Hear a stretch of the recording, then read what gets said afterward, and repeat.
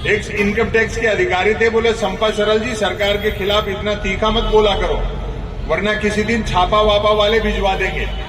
मैंने कहा फिर भी ऊपर के दबाव में जबरदस्ती छापा वाले भिजवाओगे तो हम भी बीजेपी ज्वाइन कर लेंगे।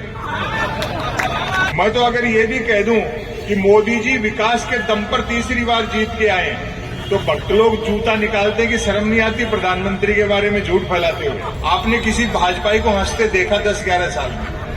कोई भी फासिस्ट हो उसकी एक कोशिश रहती है समाज में हंसना घटा दो। बार बार 2-4 मिनट में एक हवाई जहाज चक्कर काट रही है। ये कटारिया जी पूछ रहे थे, बोले भाई साहब ये हर 2-3 मिनट में क्यों आ जाती है? मैंने कहा हो सकता है प्रधानमंत्री कोई ऐसा देश ढूंढ रहे हो जहां अभी तक नहीं गए हो। इस मौके पर मुझे एक शायर का एक शेर याद आता है कि होके मायूस न आंगन से उखाड़ो पौधे, धूप बरसी है तो बारिश भी यहीं पर होगी। क्या बात है, क्या बात है। समय परिस्थितियां आती है, इस बहाने आप लोगों की भी परीक्षा हो गई, सोए थे तो जाग गए। चीजें बदलेंगी, बदलाव आ रहा है। बार बार 2-4 मिनट में एक हवाई जहाज चक्कर काट रही है। ये कटारिया जी पूछ रहे थे, बोले भाई साहब ये हर 2-3 मिनट में क्यों आ जाती है? मैंने कहा हो सकता है प्रधानमंत्री कोई ऐसा देश ढूंढ रहे हो जहां अभी तक नहीं गए हो।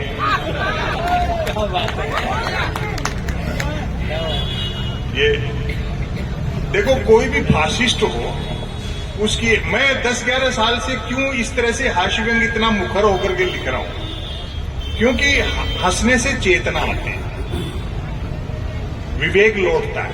कोई भी फासिस्ट हो उसकी एक कोशिश रहती है समाज में हंसना घटा दो, फिर सारी चीजें आसान हो जाती हैं।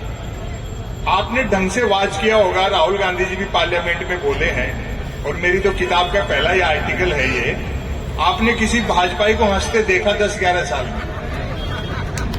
बिल्कुल नहीं हंसते हैं। वो एक अनुशासन छोड़ रखा है कि किसी को हंसना नहीं है। वो जानते किसी भी फासिस्ट की, वर्चस्ववादी की एक ही इलाज है, हंसना शुरू कर दो। तो आज आपने ये हास्य का कवि सम्मेलन बुला करके, ठीक है इसमें कुछ बातें विषय पर हुई, कुछ विषय से अलग हट करके भी हुई और लोग हंसे। यही समाज में रहना चाहिए। हंसने से वर्चस्व टूटता है, चेतना लौटती है। मैं भी 10-11 साल से यही कोशिश कर रहा हूं। हालांकि मेरी इमेज ऐसी बना दी जैसे मैं मोदी जी का विरोधी हूं। आप लोगों की सरकारें थी तो कवि लोग खूब लिखते थे, आगे जब आपकी सरकार आएगी तो हम ही लोग लिखेंगे। कवि का काम ही है प्रतिरोध करना, वो तो खुद ही विपक्ष होता है अपने आप में, तो हम तो खुद ही विपक्ष का काम कर रहे हैं। लेकिन इमेज ऐसी बना दी जैसे मैं मोदी जी का विरोधी हूं। मैं तो अगर ये भी कह दूं कि मोदी जी विकास के दम पर तीसरी बार जीत के आए तो भक्त लोग जूता निकालते कि शर्म नहीं आती प्रधानमंत्री के बारे में झूठ फैलाते हुए।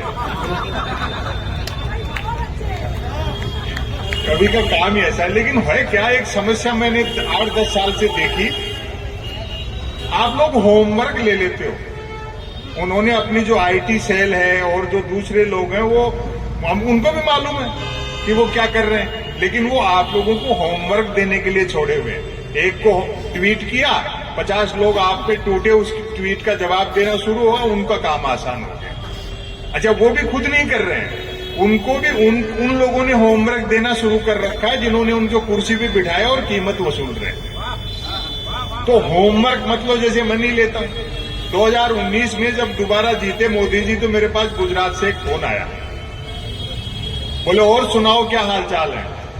मतलब बड़ा व्यंग करते हो ना तो फिर जीत रहे। और सुनाओ क्या हाल चाल है। मैंने कहा हालचाल ठीक है और सुनाने का पैसा लेते हैं। बोले फिर जीत रहे मोदी जी। मैंने कहा अच्छा हमको भी नया नहीं लिखना पड़ेगा। तो इन सब चीजों का एक ही जवाब है, हास्य और व्यंग। सच बताऊं, एक इनकम टैक्स के अधिकारी थे, यह सच्ची घटना है, मेरे जीवन में खूब हुई 10-11 साल। एक इनकम टैक्स के अधिकारी थे, बोले संपा सरल जी सरकार के खिलाफ इतना तीखा मत बोला करो वरना किसी दिन छापा वापा वाले भिजवा देंगे। वो मुझे होमवर्क देना चाहते थे, मैं बाईपास निकल गया। मैंने कहा भिजवा दो साहब। एक लेखक के घर में, हिंदी लेखक के घर में गबन के नाम पर लाइब्रेरी में प्रेमचंद के गबन उपन्यास के अलावा क्या मिलेगा? क्या बात है, अद्भुत बात और है। अगली जो मैंने बात कही, बात ऐसे भी कही जा सकती है जो उनको जवाब मिला।